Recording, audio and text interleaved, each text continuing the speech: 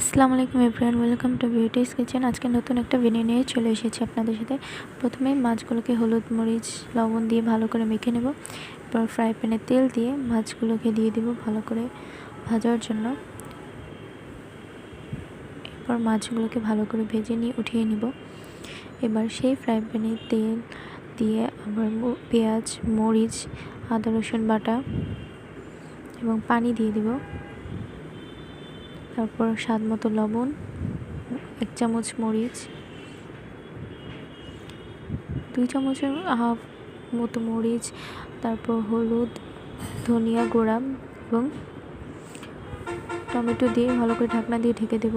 এবার ঢাকনা উঠিয়ে তাতে পানি দিয়ে দেব। এবার যখন বলক চলে আসবে তখন মাছগুলো দিয়ে ভালো করে মিশিয়ে নেব। এরপর নামানোর আগে ভাজা জিরে গুঁড়া দিয়ে তৈরি করে নিব আমাদের মাছ।